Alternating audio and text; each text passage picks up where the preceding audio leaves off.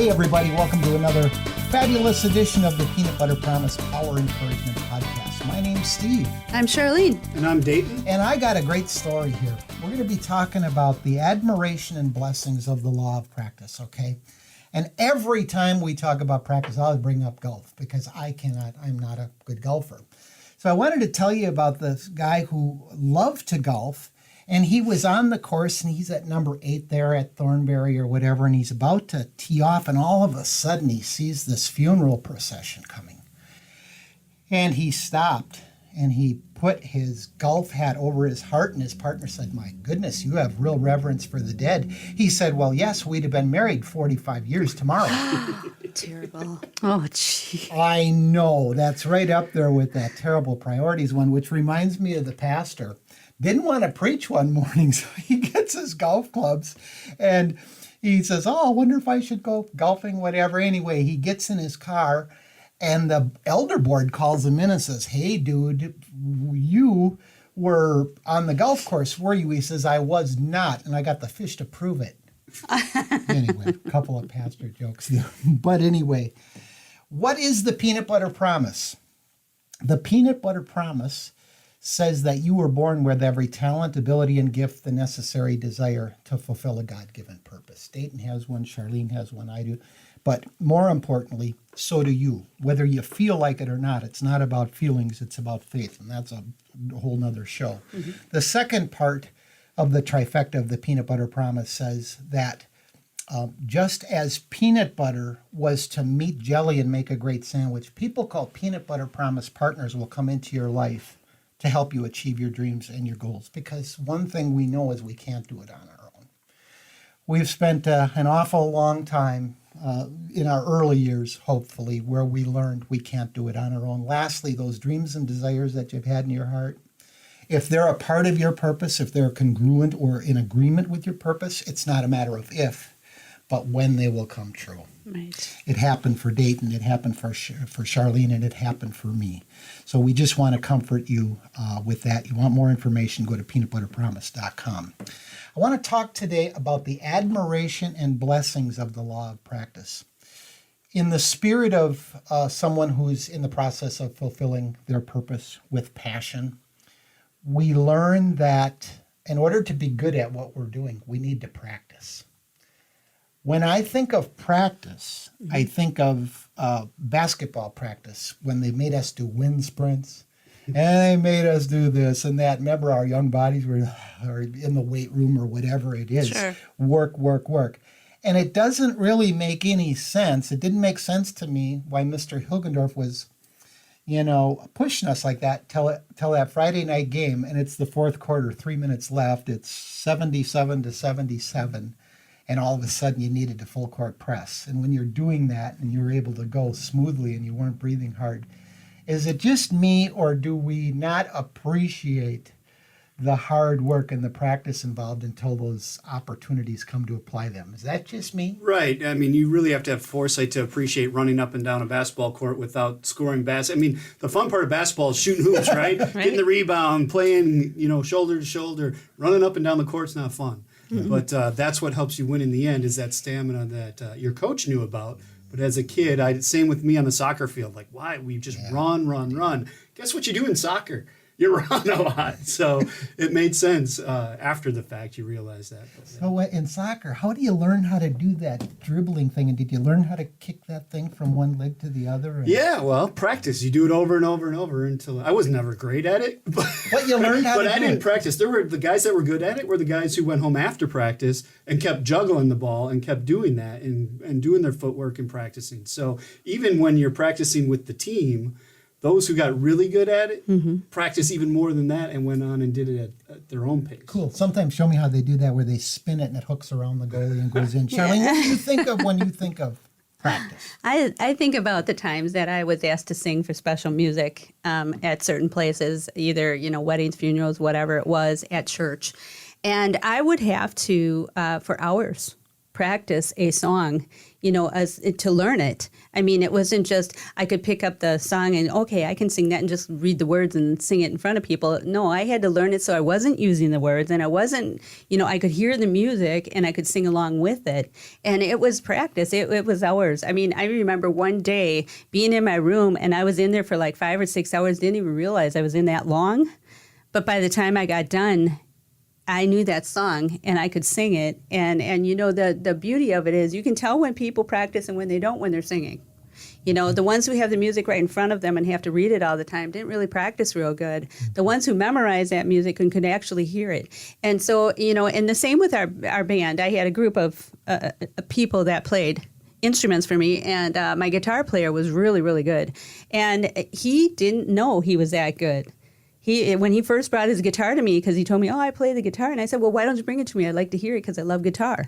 And he started playing it. And I said, when did you start? He goes, well, I just picked this up last week. And I'm just kind of, and he had the gift to play that guitar. And I'll tell you what, the more he played it, the better he got. Him and I were able to write songs. We were able to do songs that, that people were listening to, and it just meshed. I mean, he could hear it and he could play it, but he practiced for hours, and he always told me that's how I learned the songs. And what we're talking about here, I think, are habits. When we practice, we're trying to develop good habits. And can we all agree, have we all found ourselves in areas where we got bad habits because we've practiced something over and over? So how do we turn that around? We make a decision, say, I need to change this, whether it's your diet, exercise, rest, whatever it is.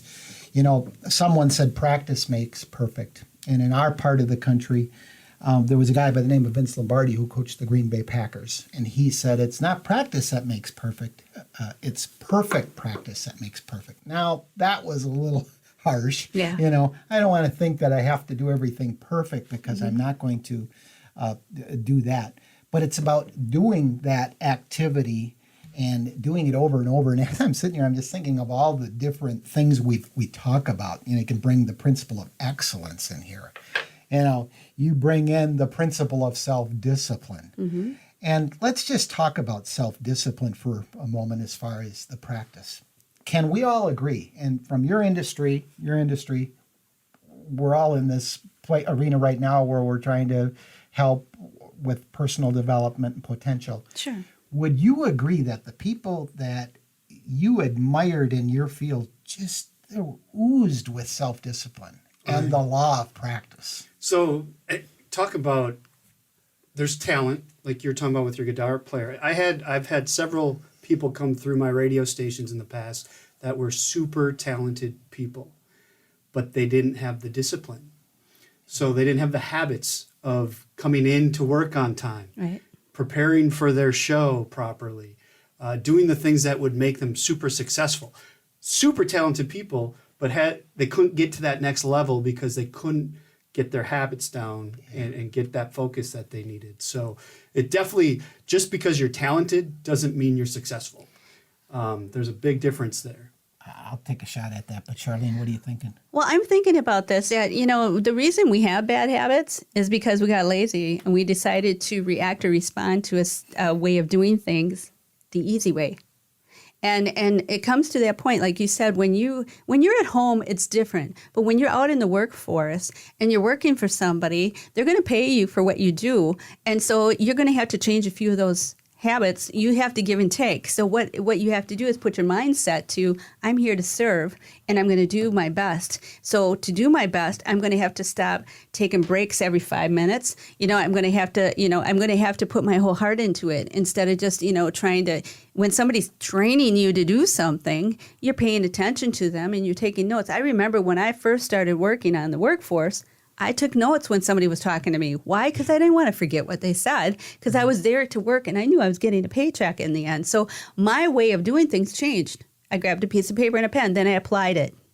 So, it's the same thing that, you can change your habits. We all learned how to react and respond to things in our lives. And when we do that, we have to make some changes when our life changes. I want to dovetail on what you said because it's so very important and it's so true. Let's just take professional sports. Mm-hmm. Look at how many first-round draft choices. Team has paid a lot of money, And we talked about it in a podcast recently, or maybe it's upcoming. Tony Dungy talked about he drafted for character. Okay, when if somebody had oodles of talent but they didn't have character, the off the field things, they said no. Look at how many people, and we're not going to name them because they're before the grace of God. Excuse me, go I. But look at how many first, second round draft choices, NBA, Major League Baseball, the NFL Yes. didn't make it because it was the off the field issues that Dayton's talking about. You know, when I owned the radio station years ago, if I had to choose between a guy who knew how to slide the dials and talk and whatever over a guy who was going to show up to do his shift during the Super Bowl, I showed the guy who, I favored the guy who was less talented who'd show up during the Super Bowl. Right. So yeah, there are so many of the off the field issues. Let me just say this and then we'll move on. I use the example of bowling. Professional bowling years ago, I know notoriously did not pay very well. It maybe pays a little better today. But in bowling, there's a lot of guys who can throw 20 strikes in a row. It's the guy who can live out of the RV away from his 2 kids. It's the guy who has the temperament and the ability to go lift weights once a day and watch his diet. Discipline, as Dayton was saying, self-discipline. You know, I was just thinking when you were talking to Dayton, the difference between high school football, college football, and the NFL. Okay, I loved high school football. Why? These kids were determined. They wanted to be the best. They weren't as qualified as an NFL, but they were learning and training and practicing and learning how to play the game. Then I love college football. Why? Because you see them playing the game. I mean, they are doing their, why? Because they know the next step is the NFL. And if they can get there, they're somebody. But during the college football games, I always enjoy them because these guys work hard. I mean, they do everything to do their part. Whoever is doing whatever on the field, you can tell and see the determination that they want to achieve and they want to get it.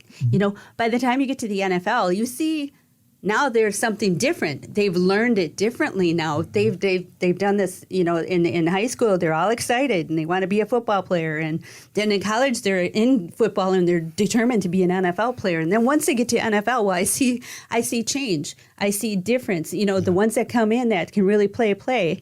But I also see the toning down of some efforts, but it's that college football that when you're watching that, you see these guys want to be somebody. They want to do the game. They want to be a part of the team. They want to do this all. They got that fire in them. And that's from practice. Yeah, no question about that. In the title, The Admiration and Blessings of the Law of Practice. And we're a firm believer here at the Peanut Butter Promise that we don't worship people. People are not worth worshiping. No. We do not put people on a pedestal. There was only one who was perfect, and it's not me. But I also know it's not Dayton or Charlene either before they start talking smart too. So we admire the disciplines of certain people. We enjoy the blessings of practice. Yep. But I think it's best for me to take my own inventory and worry about my own areas where I need more practice. But look around the room here. We can see the law of practice all over Dayton. If you and I opened Dayton, Charlene, and Steve's cabinets, do you think we could go to Menards or Home Depot or Lowe's and grab some of this and slap one of those together? I don't know about you, but I couldn't make a birdhouse. We can talk about the law of practice. We can talk about purpose. We can talk about whatever. We were joking before we came on the air here about the paneling. So imagine that we got in the paneling business. Well, yeah, some of this stuff looks from 1970s and it's probably from the 60s or whatever, but it's so good. You need to know how to cut it. You need to know how to glue it. Can you imagine wallpapering? No. Or carpeting. tiling. So I was working with my brother Pete the other day, my brother-in-law, and building his porch. He's putting a new porch on his thing. He's up and he's doing a drill, screwing in screws and reaching around things. And he says, Dayton, do this one over here. I'm like, oh, that didn't work. Oh, that didn't work. It took me 4 tries to get the screw in right, where he's just reaching around because he does it on a regular basis. He's a carpenter and he's just so good at it because he's thousands of done times. it. Right. Exactly. Mm-hmm. Yeah. Real life right there. Exactly. But that's what makes an NFL football player such a star is because during college, They practiced during high school. They practiced. They learned the game.